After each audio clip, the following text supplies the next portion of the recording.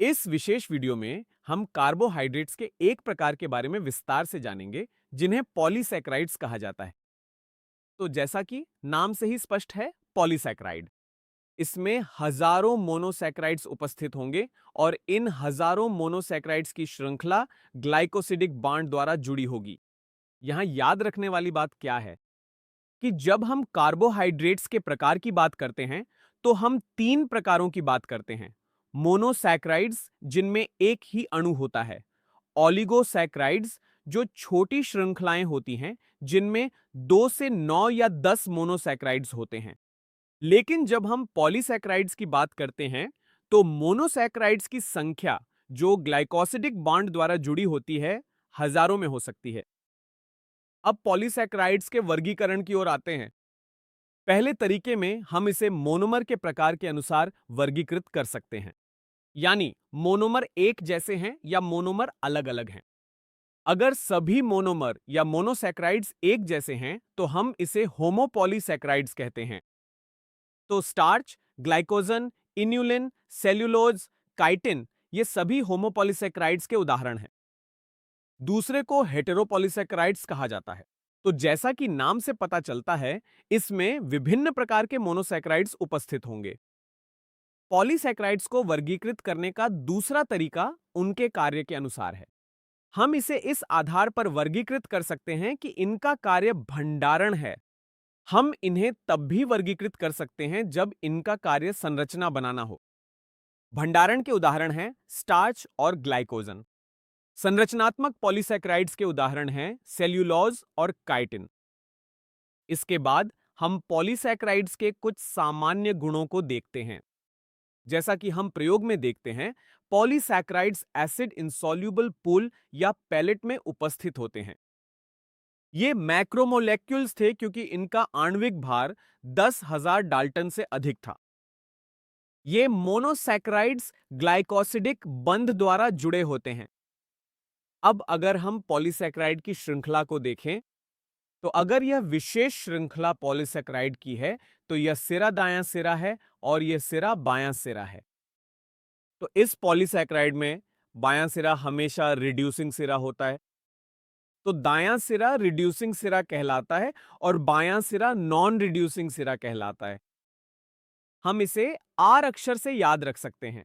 दायां आर है और यह रिड्यूसिंग भी होगा, तो दूसरा स्वाभाविक रूप से नॉन रिड्यूसिंग होगा।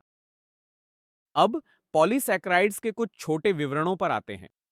पहला है स्टार्च। स्टार्च पौधों में ऊर्जा का भंडार है। यह स्टार्च हेलिकल संरचनाएं बनाता है। अब स्टार्च में ऐसी हेलिक्स जैसी संरचना होगी और जब हम इसमें आयोडीन डालते हैं तो ये आयोडीन अणु इन विशेष हेलिक्स में फंस जाते हैं। तो आयोडीन के अणु इस तरह यहां फंस जाएंगे और यही कारण है कि जब भी स्टार्च और आयोडीन की प्रतिक्रिया होती है तो जो रंग हमें मिलता है वह नीला होता है। इसके बाद दूसरे पॉलीसैकेराइड पर आते हैं जो है ग्लाइकोजन। ग्लाइकोजन जानवरों में ऊर्जा का भंडार होता है। तीसरा पॉलीसैकेराइड जिसके बारे में हम बात करते हैं वह है सेल्यूलोज। अब अगर हम सेल्यूलोज की बात करें तो इसमें वैसी हेलिक्स नहीं होती जैसी स्टार्च में होती है। सेल्यूलोज में सीधी चेनें होती हैं। अब अगर हम सेल्यूलोज की इन सीधी चेन पर आयोडीन डालें तो जाहिर है कि आयोडीन के अणु फंसेंगे नहीं, क्योंकि ये सीधी चेनें हैं और इसी वजह से जब सेल्यूलोज की आयोडीन से प्रतिक्रिया होती है तो कोई रंग नहीं आता। अगर हम सेल्यूलोज की बात करें तो पौधों की कोशिका भित्ति सेल्यूलोज से बनी होती है। फिर जो कागज हमें पौधों के गूदे से मिलता है और बहुत सारा सेल्यूलोज कपास के रेशों में भी पाया जाता है। इसके बाद हम चिटिन पर आते हैं। चिटिन जटिल पॉलीसैकेराइड का एक उदाहरण है। यह जटिल पॉलीसैकेराइड का उदाहरण क्यों है? क्योंकि इसका मोनोमर या बिल्डिंग ब्लॉक जटिल है और वह है एन एसिटाइल डी ग्लूकोसामीन। इन मामलों में अगर हम देखें तो ज्यादातर मामलों में मोनोमर ग्लूकोज था।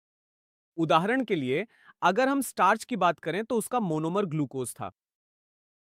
अगर हम ग्लाइकोजन की बात करें तो उसमें भी मोनोमर ग्लूकोज ही था।